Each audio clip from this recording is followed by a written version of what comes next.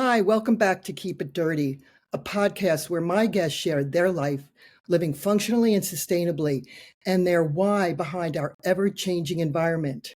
I am your host, Leslie Dowling. I am a functional nutrition and lifestyle practitioner and corporate speaker, helping people jumpstart one's path to increase revenue and productivity through restorative health techniques.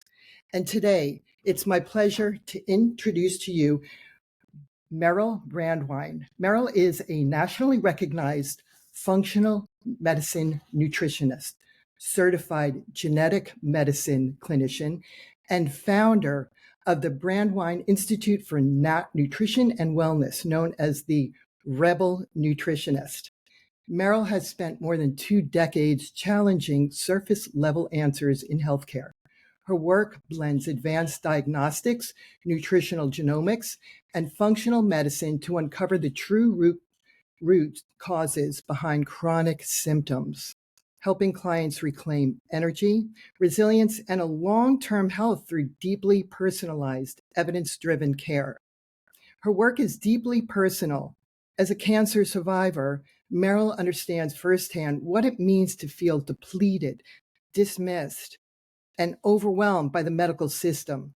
After rebuilding her own health by integrating nutrition, functional medicine, and lifestyle-based healing, she committed her career to ensuring others never feeling alone in their healing journey. Today, she leads a thriving private practice and collaborates with physicians, organizations nationwide, specializing in genetics, autoimmune and digestive conditions, metabolic health and hormonal health, longevity, and complex chronic illness.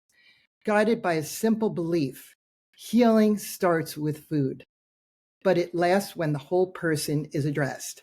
So it's my pleasure to have you on. Meryl, we'd love to hear your story and all of the wonderful things that you're doing to help people really get to a better path of health and wellness for lifelong strategies. So it's a pleasure to have you. Well, thank you, Leslie, for having me. I'm super excited to be here. This is great. And Happy New Year to everyone out there. Can't believe we're in 2026. Yeah, Right? absolutely. Absolutely. Yeah. So my story really begins probably 25 years ago, because that was when I was diagnosed with Hodgkin's lymphoma. I was 6 weeks postpartum with my third child.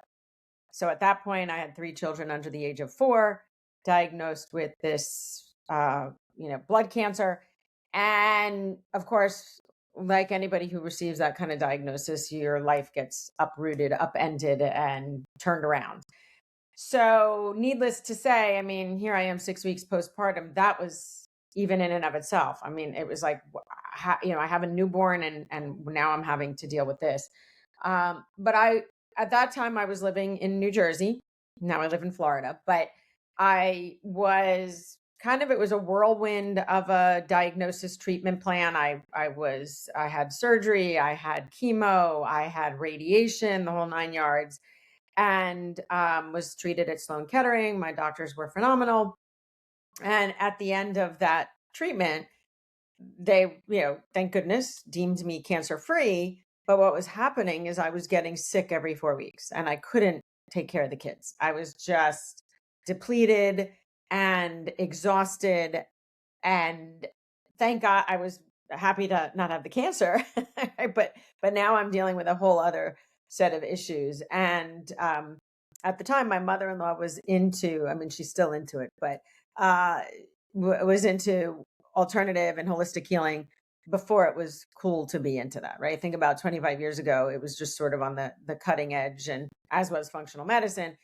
And I used to tease her, like, this is voodoo. What are all these supplements you're taking, right? And after I was feeling the way I was feeling, I finally went to her and I said, okay, wave the white flag. Like, what do you do? Take me to where you go. I want to learn more about this because I don't feel well and I need some solution.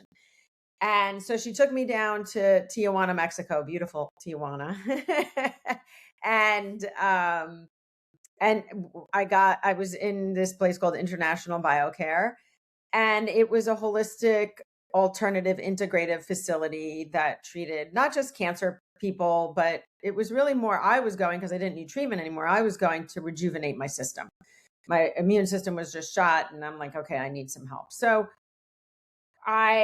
first day in, I get there, the nurse walks in with a bag. I'm like, that looks like coffee. It's just not in the right kind of jug.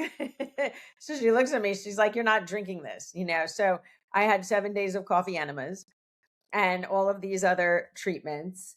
And I was the one who had the IV pole sticking in my hand, and I'd be chasing around the doctors because there were these brilliant integrative oncologists there who were guiding my treatment and basically coming up with the protocols of what was going to be to build up my immune system.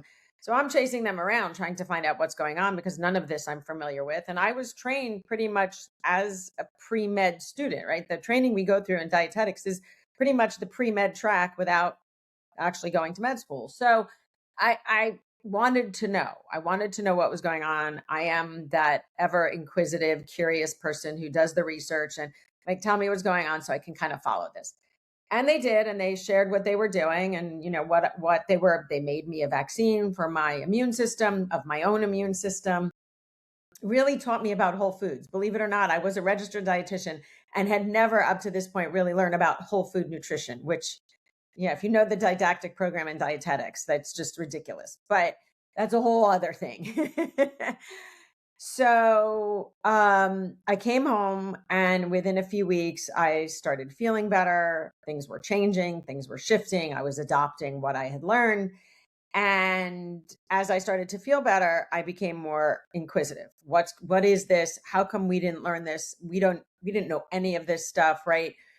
I took biochemistry, but really understanding nutritional biochemistry was a whole other thing. And so as I started to feel better, I started to try and find ways to get more information. Like, what is this? And don't forget, this is now, 25 years ago, before really functional medicine took root, right?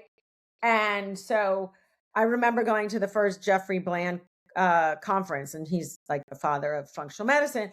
And there was like 40 people, 50 people. And I'm like, is this going to take off? Is this like a real thing? Lo and behold, now there's tens of thousands of people who go to the IFM conferences. But I basically taught myself through that, because at that time there weren't even the actual modules for functional medicine, but I got my hands on whatever I could and started putting it into practice, not just for myself, but for people around me. And at that point, then I decided, I was in New Jersey after I did chemo and radiation. I never liked the cold in the first place, but after chemo, the cold just went through my bones. So I was like, we got to move. So we ended up moving. My husband at the time is a podiatrist. He's like sold his practice. He says, I don't care what we need to do. He sold his practice. We moved to Florida, and I raised the 3 kids here, and have basically been living, eating, breathing this kind of way of life my entire life since then. And this is why I call myself the rebel nutritionist. I call myself the out of the box nutritionist, because what I was doing wasn't working, right?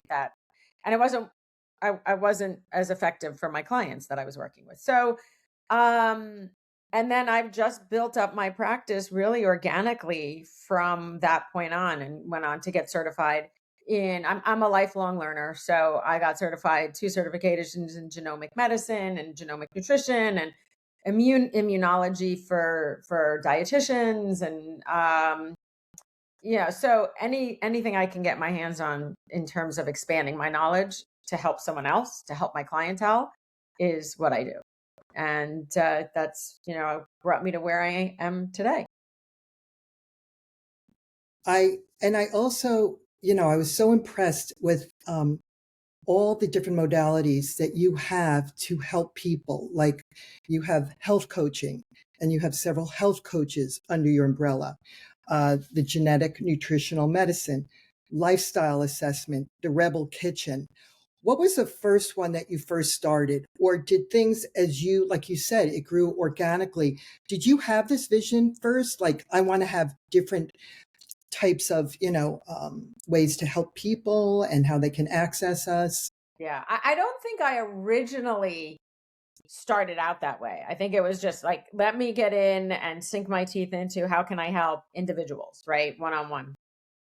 And I think all of those programs were born out of the need, people were coming to me, what were people wanting, what was happening, how do we satisfy the wants and desires of our clients, of the people who are asking. So it was really, I knew I wanted to always do more and affect as many people as I could.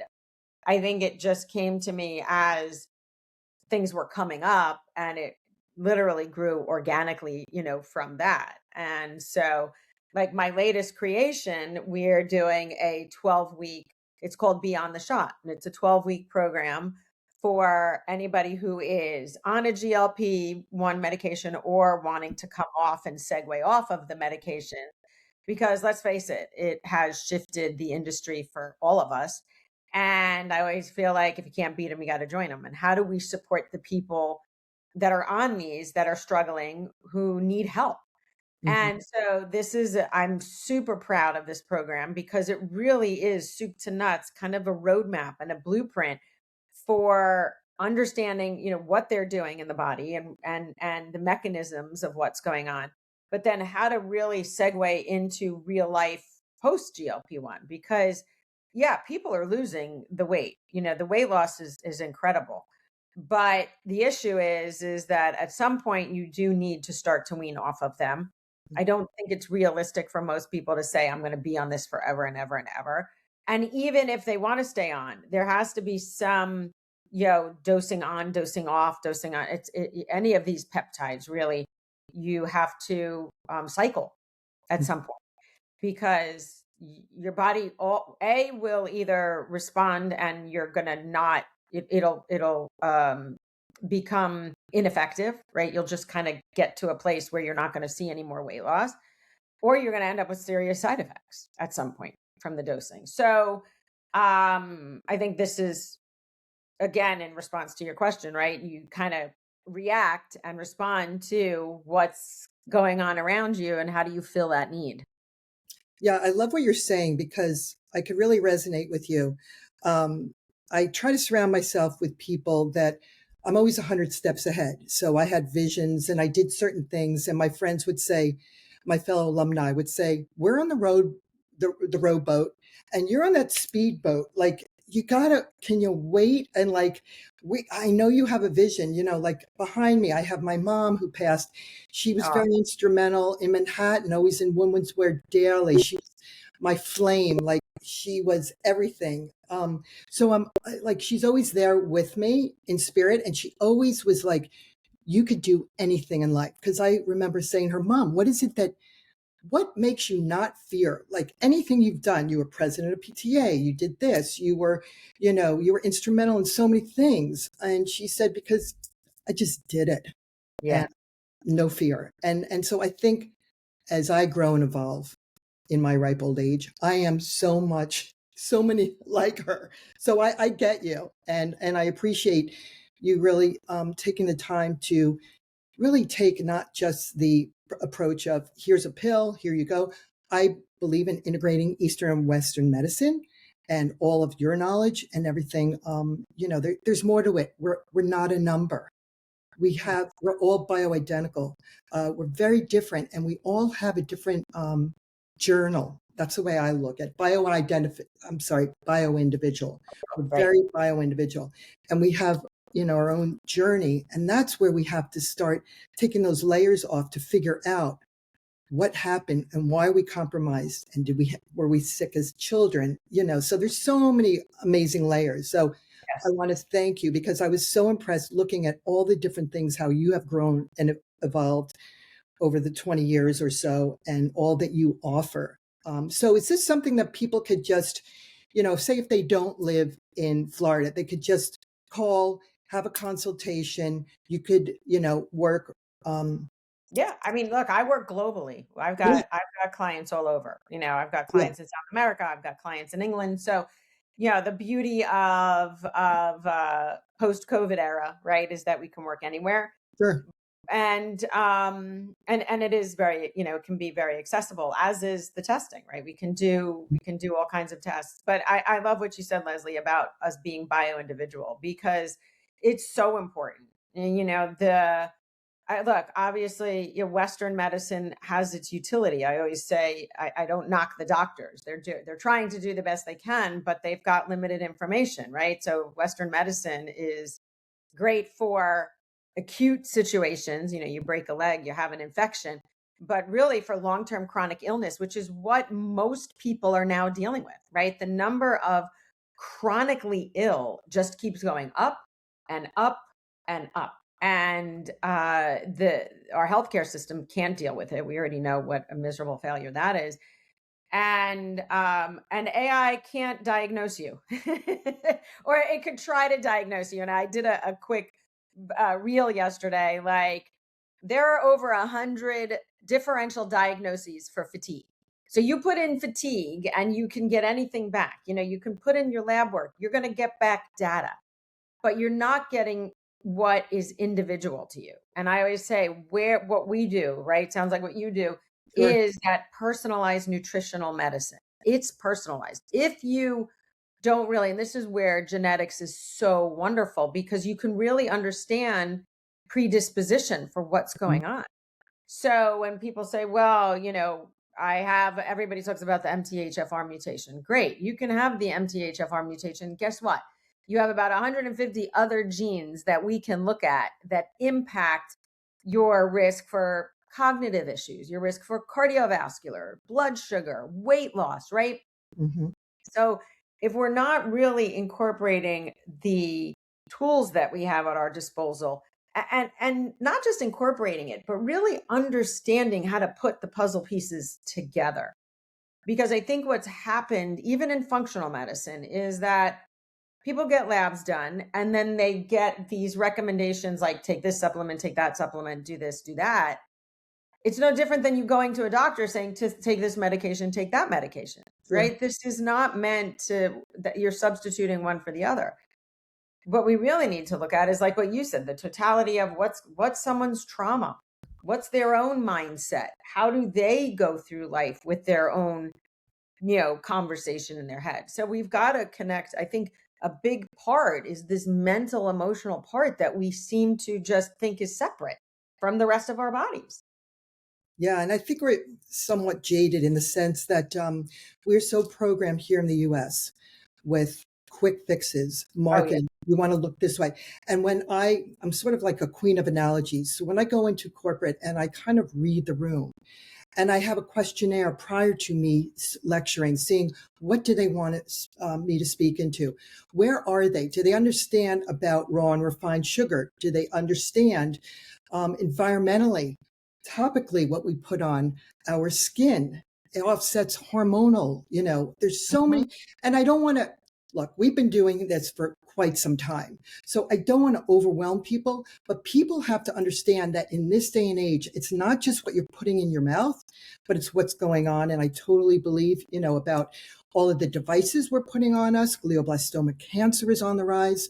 My Mhm. girlfriend's father was left-handed, always with the cell phone. The doctor sat them down when he was dying and basically said, we are finding lesions on the left hemisphere of Wow. his brain. Was he left-handed? Did he use his device a lot? And this is like, people have to wake up and, we can't live in a bubble. And yet we have to integrate all of these wonderful technologies like we're doing right now. But I Yes. try to spend time off of my devices. So you're right. But I really am passionate on my end to speak into other avenues that people don't even really think. Unplug the routers. We're just on fight or flight, Yeah. and our circadian rhythms are off, and it's a domino effect. So, yeah, it's really interesting. Very interesting. I love what I do, like you are. We're passionate people. And, if I could just make one person just open their eyes to be like, yeah, so it's like a suit, a custom suit I'm wearing where you just have to tweak it and refine it. And it takes a while to figure Yeah. out what's going to fit you. And that's the way we should look at our life, our Right. health. Yes. So, yeah, I love this. Yeah. And that's such an important point. And it's funny. I had even yesterday I had a client, and she's been sick for many years, dealing with the stress and not well and gut stuff. And when I say many years, probably, a good 10, 15 years, right? Long time. And one of the questions she said is, okay, well, how long is this going to take?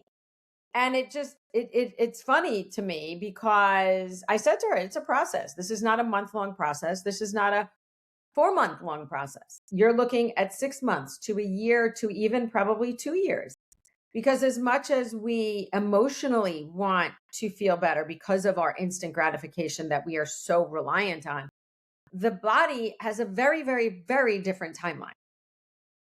And what people really need to understand is it does require patience and it does require repetition and consistency, you know? Yeah, I'd love to know. I just know when I went through the schooling of Andrea Nakayama, a lot of students, I was paired up with a nuclear science technician, like nuclear medicine technician. Yeah. And I thought, oh my God. And I'm the creative abstract, went to school for marketing and business, been in business with family. But when we did the personality test, we had to take all it. We're like sisters now because I think so differently and she thinks very critically. But the ideas and the passions, we worked well as a team. Um, Yeah. I'd love to know, it takes 7 doctors or 8 doctors with this, no, it's all in your head before people hit the wall to then come to someone like me. Now you actually have so many more modalities of really looking into helping people. But what do you do? Like, I know when I have a half an hour consultation, if the client is not ready or wants miracles, I say, maybe think about it before you start this journey with me, because you have to be in the right mindset, like you said. So what's the challenging part for you, or are people ready once they start No, the no. journey with you? No, they're not always ready. And I always say, my big thing is putting that out to the universe. Like, just bring me the people who are ready. I love Right? Bring me them. Um, because I have said to, more than just a few people, like, I don't know if this is a good fit. If you are not willing to recognize that this goes beyond just lab work and this goes beyond you just tweaking a few things in your diet, this goes to understanding your belief system and your thoughts, that. and you're addressing some of your trauma, and because that's all held in the body, and that puts you in stress mode and fight or flight mode, and we got to calm that down. And do you understand about the vagus nerve, right? So we really get into um the nitty gritty, and that's the beauty of the work that we do, is having me in the clinical setting, and then I have my coaches, right, who do the lifestyle behavior piece, and that synergy is just a beautiful match. But I have started shifting the conversation of, are you coachable? Are you willing to do what is going to be asked and required to make this shift? Because we can't assume. And if people aren't ready and aren't willing, then you can't help anybody, right? You can't help that person if they don't if they're saying, well, here I am at the water, right? You can lead the horse to water. If they're not willing to drink, how do you help them? So um and sometimes it's just educating people because they don't know. They're not familiar. As much as we have been in this world for a long time and understand the nuances, so many people don't understand it. And I think the hard thing is to try and also get them to wrap their heads around what integrative functional medicine looks like, because they're so stuck in the linear, I have a symptom, let me go to the doctor to diagnose it and take something for it kind of model. Yeah, I mean, when you kind of compared allopathic versus functional, with what I have been schooled in, we also realize, and this is something that I knew before, but I want to take a deeper dive in the different systems with brain gut health. But it's also your relationships, stress at home, epigenetically, are you on fight or flight? And I go back to the birth rate. Were you compromised? Were you birth number 5 baby? Did you come out of the womb vaginally and having more of immunities? Things that people don't even, and that's the beauty of the way that I work. I map it out on a matrix, and from birth to 10, 10 to 20. Oh, I was sick. 20 years ago, I went on vacation and I got some sort of bug. Well, it could rear its ugly head. So it's just taking that time to educate people and doing what we do, And I wanted to ask you, sorry, my dog is here. And That's the beauty of, I'm very low key with my recording. It's real. It's in my house. But you say you have 3 children. I have 3 sons, 19, 24, 26.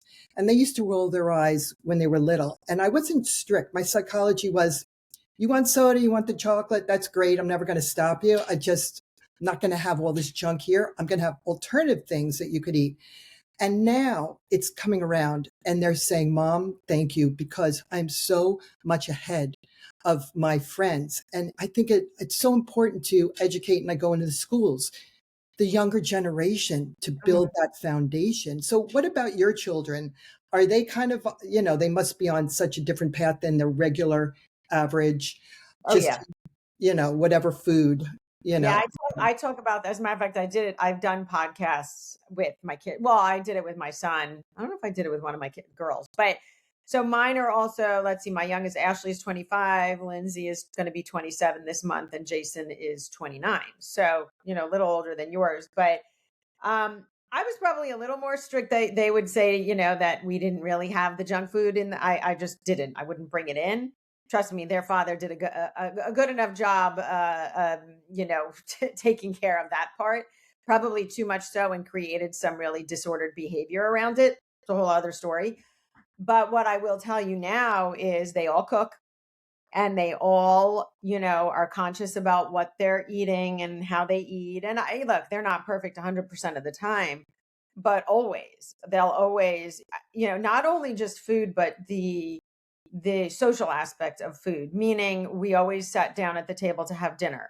That's how we connected. That's how we communicated, right? Because I had said many years ago, the downfall of our society has been the disappearance of family dinners, because that's where you connect with your family, right? That's where you communicate. How was your day? That's what brings the thread of everything together. And I feel like that's just so gone by the wayside. And, today's young people don't get that. And it's a shame, but Yeah. they always saw me cooking. And when they were young, they didn't take an interest, but now it's, I get phone calls from, what was in this recipe? What did you do? And they do their own thing. So I'm super proud of them and super grateful that, like you held the line on that, and really was very adamant about not trying to go too far on the end of, this is healthy, you have to eat this. It was never that. It was just, I said it by the example, by living it. Sure. And I also want to I ask all my guests 2 questions. First of all, do you have a superhero or somebody that you really looked up as a role model? And if you could share that with us, it's so nice to hear. I would say, as I've evolved through each stage, there have been people who I have looked up to. I mean, look, early on, Jeff Bland, Mark Hyman, those were, now I think some of it has got diluted and has gotten, a little bit too far on the other side, but too much marketing and commercialization. But the principles are there, and oh gosh, I mean, so Sally Fallon, who actually does a lot of work in nutritional biochemistry, who was a pioneer, she's much older. I don't even know if she's still alive, actually, but Kathy Swift, who's a big pioneer in this, Aviva Ram, who I look up to, who's a holistic OBGYN, and Gosh, I could, name a lot, but there's definitely been people through the stages. I mean, Amanda Archibald is one of we call ourselves Gene sisters, and Oh, she's mentored me. And yeah, so there's been a lot of people that I think through the years have really made a mark in the work that I do and have yeah. influenced the work that I do. That's, yeah, a lot of amazing people that have done a lot of wonderful things here, creating awareness and in their studies and research. I just know for me, when my grandmother, I'm first generation, but my grandmother lived and was raised on a farm, and she instilled in me, going back to like herbs and just living and loving the life of, nature. Yeah, that's amazing. Yeah, I never thought of that until somebody asked me when I was on someone's, and I thought, it started as a little girl with my grandmother. But the other question I have is, do you have any hidden hobbies that you could share that maybe not many people know about? I think most people know about my hobbies just because I'm always out. Whatever I'm doing, I'm showing. Yeah. That I'm doing. I mean, I love to cook. That's a big one. That is my love language is food. Mhm. I had two sick kids the other day. I'm like, all right, well, ran to Publix, got the chicken soup. Made them batches of chicken soup. Right, that Yeah. is my love language. But I do love to garden. I actually learned that from my dad. My dad was Oh, doing farm to table. We didn't live on a farm, but we lived in New Jersey, and he had a huge garden, and I learned from him. That was so I. He was very much like your grandmother. He was a huge influence, and I just lost him oh, this year. So it's really sorry. yeah, it's hard, but so gardening is one of my passions. I mean, exercising, anything being outside, being in nature, Yes. really anything in nature. Reading, I do love to read. And I think spending time with my family, really spending time with my kids is Love is, that. that's the other big one. And hobbies. Yeah, I think I need to get back to playing the piano. I haven't played enough. I did play Mm. the piano and I need to get back to that. But That's wonderful. It's like food for the soul and the heart yeah, to get back to something like that. I just know this summer we have a place in Cape May, and there's such a beautiful community. Uh, yeah. and a lot of them are Gen Zs, but I have a podcast, Generation Foundation, with my son who's a lieutenant in Hawaii, about Oh, our point of view of what's going on with our environment when during lockdown. And I said, let's start a podcast. We have such wonderful, we're so connected and we get each other, and he's so passionate and hikes and everything. But the community of people that want to speak into like, sustainability oh and yeah. zero waste and zero net carbon, and that was Finnegan. And these are the things that, I just love. I just could talk about it all day. So I'm going to shut it down because I love speaking into this. But so do you have anything on your bucket list for 26 that you could share with us before I ask Oh you about gosh. your contacts? Um, there's always something on my bucket list. I mean, I think I would like. I mean, I do. It's always about how do I make a bigger impact, right?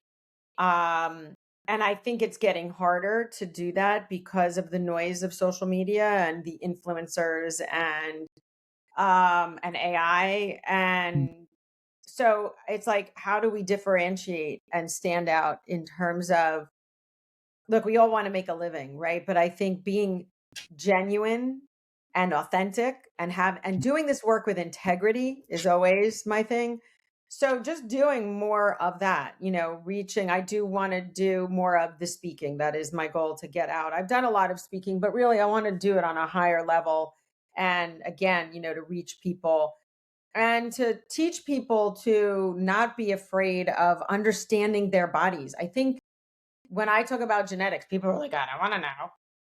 They that's their first instinct, Leslie. And it's amazing to me. And I'm like, but do you know how liberating and um validating it is when you have your own DNA and you're like, I know I can change the trajectory of my health if I just work at it.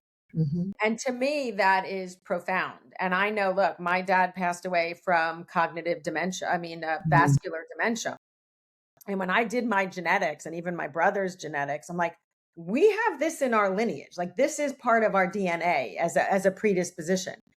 And I said, I'll be damned if I'm going to go down the same road with the information that I have at my fingertips. I am not going to succumb to the same thing that my father, unfortunately did. Yeah. And I have the capability to do that. So why wouldn't someone want to really take advantage of that? And so that would be something, that we don't, it's not about living in fear. It's about being empowered and really, taking charge of that. And like you, I am big on the environmental piece too. It was interesting. One of the things actually I probably should have mentioned, Yeah. Zach Bush, who does all of this sustainability, right? Like with the farming and Yes, uh, regenerative crops, and I love yeah, him. right. So the regenerative farming movement, like Yeah. we need to save our soil, because otherwise, I don't know if you've ever seen the movie. Have you seen the movie Kiss the Ground or On Common Ground? Not yet. I've seen a lot. Okay, go watch. I'm gonna write this. Yeah, Kiss the Ground. You Okay. have to watch that. And if anybody's listening, go watch that. It is eye-opening and humbling. And I keep saying I just want to go on vacation and go visit farms, right? Because I think it's so important to be doing that work. So as much as it is about also doing this internal work, it is, how do we save our planet, because it's scary. It, it's funny because where I live half an hour from Lancaster, but it's rolling hills farms. And what I love to do is on every Thursday in between, I kind of have my meetings and whatnot, and I work from home. I love to meet the farmers, go to the stands, the farmers market, have a rapport with them. And that's how I started the social media, interviewing these small businesses, and Oh, one wow. thing led to another. And that to me is just like, I can't wait until tomorrow when I go to the market, when it's open, and I go myself and I just start speaking. Hey, Leslie, the functional person, how are you? And it's so beautiful. And that's what I love, is we're so imperfect, and the organic foods, things that are not, injected with everything. And that's a whole not that's I'd love to have you back on. We could speak into that. So, I like the imperfect fruits and vegetables because Right. I know that it's probably organic and it's really good. So yeah, there's so many different avenues and passions that we all have. And Kiss the Ground, is that on Netflix or what is that on? I don't remember where I watched it. Okay, It's not on Netflix. You have to I'll go Google find it. it. Honestly, yeah, go Google it. Go I don't know Google where it. it is. I could go look and whatever. And then there's On Common Ground too. So it's On Common Ground is the second follow Okay, up to Kiss the Ground. Um, but yeah, I don't know. I'll email you if I find it, thank but you. or let you know for your people. But yeah, no, I love that. I mean, we could talk for hours, you and I, Leslie, probably. Where do you live now? So I live in Wyomissing. I say that's where. Oh, right. Why I missed it? Right, you did say Yeah, that. Right, yeah. right, right. So, So yeah, I spent a lot of time in Pennsylvania. I went to school in Delaware, yeah, I and saw that, and I was like, yeah, oh my gosh, yeah. that's So I great. spent a lot of time near Kennett Square, Yeah, and my yeah. friends went to Um, Delaware. well, you know where one of my favorite places to go is Longwood Gardens. I love it. Over the holidays, it's Such a delight. amazing. Yeah. Like 45 minutes from my home. I'm like half an hour from Philly, but I'm a Long Island girl. My husband's from Union County, Clark. He's a Jersey Oh, boy. yeah, And so, Jersey Shore, we love it down there. And the yeah. kids love it. They work down in Cape May over the years. So I have so many, it's so nice. And yeah, I just, it's interesting. And then I would love to have you please let us know how people can contact you. But when I saw you on LinkedIn, I was scrolling through, and it was this beautiful energy. And it was just like, it's as if I could hear you speak through all of that, what you have been doing. And I just felt like I got to meet this woman. I feel this connection. I don't know why, but a lot of the things she's passionate about, and she's a mover and shaker. So I want to thank you for all the work you do, because we need people like you Oh, to make thank an you. impact. Sweet. And thank you for sharing your story. I Yeah, really I mean, appreciate that.